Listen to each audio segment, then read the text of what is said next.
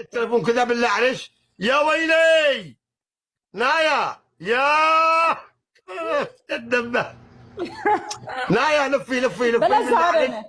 خلي التليفون كذا امامك ولفي لفي. لا لا لا خليه يوطي شويه، بدنا نشوف طولش كامل. دقيقة. وطي شويه. ايوه ايوه. يا ويلي والله قمر قمر قمر قمر قمر. خجلتنا. شدوا شدوا شيروا شيروا شيروا. احنا معانا يا اذا ما عندها احد روحوا عندها. يا طال اعتصموا. قلبي والله كفو يا ابو عماد. يلا حبايبي كفو. ايوه نايا.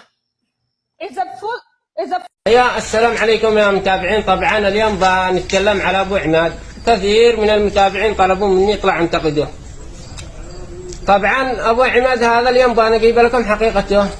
يعني الشاب هذا يبلغ من العمر 90 سنة، جالس في التيك توك يعني فاتح له باث من 2018، لا يكل ولا يمل بنيرين، يطلع له العاهات، يطلع له اشكال، جالس يسب لهم، ينجي خبر ويتكلم بابشع الكلام. امانه تقول لما يتكلم تقول كلب يصير يخرع. ايش من شيء بهذا؟ بدل ما يكون قدوه ويكون قدوه للي يتابعوه ويكون يعني لا، هؤلاء الاشكال قال عليهم الله تعالى: والذين يحبوا ان تشيع الفاحشه في الذين امنوا لهم عذاب في الدنيا وفي الاخره. الحين الله تعالى سلط على الساهر. هذا الساهر. ايوه انا بطلع اقطع رزقه عندنا، بخليهم يقفلوا حسابه، لانه هذا الرجل يسيء للرجل اليمني، هذا لا يمثلنا. نحن عندنا شباب يسبوا، عندنا شباب صحيح، ولكن لا يطلعوا على التواصل الاجتماعي، يسبوا بينتهم البين، ولا يعلموا الاطفال، يعلموا الجيل السب والشتم وينشروا الفاحشه. طبعا هذا ابو عماد كان يجلس يحب الجهال، بعد الجهال كان هلاش خرجونا من اليمن، كان ينزل لعدن يدور جهال ينجي لهم شكلاته. ايوه زقروا نصحب عدن، ضربوا النند له حقه، طلع معه بهالتعز جزع، وقف براهده اشتري 2 كيلو حلاوه من بن انعام. بدل الشوكولاته غير يعني بالحلاوه. جزع وقف بالقحمليه، شاف هبشا جهال طمع بهم، يقول له عقله شهقهم. ما قام هو زاد على واحد منهم، شال الجاهل لورا الجدار، قالوا بعد قالوا له رجال الله، قالوا ما هو قهو بالشوط الاول.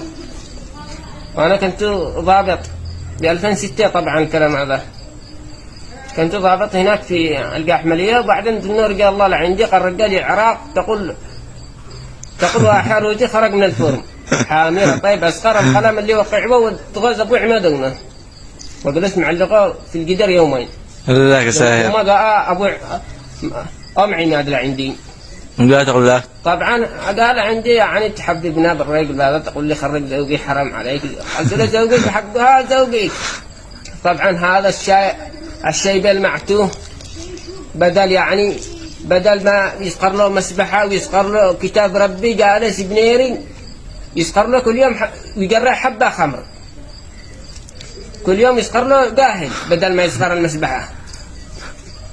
شاشوف واحد يدخل يدافع عليه او يدافع على ابو عماد، خبر ثاني اي واحد تشوف انه يدافع على ابو عماد يعرف انه ابو عماد مداله شوكولاته وهو قاهل.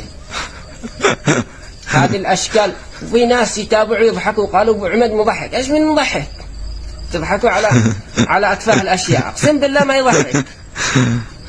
حتى انت تضحك لي الان مجامله. هذا يكذب عليكم انه في امريكا، في بنقلاديش الان، في بنقلاديش ساكن داخل كرتون.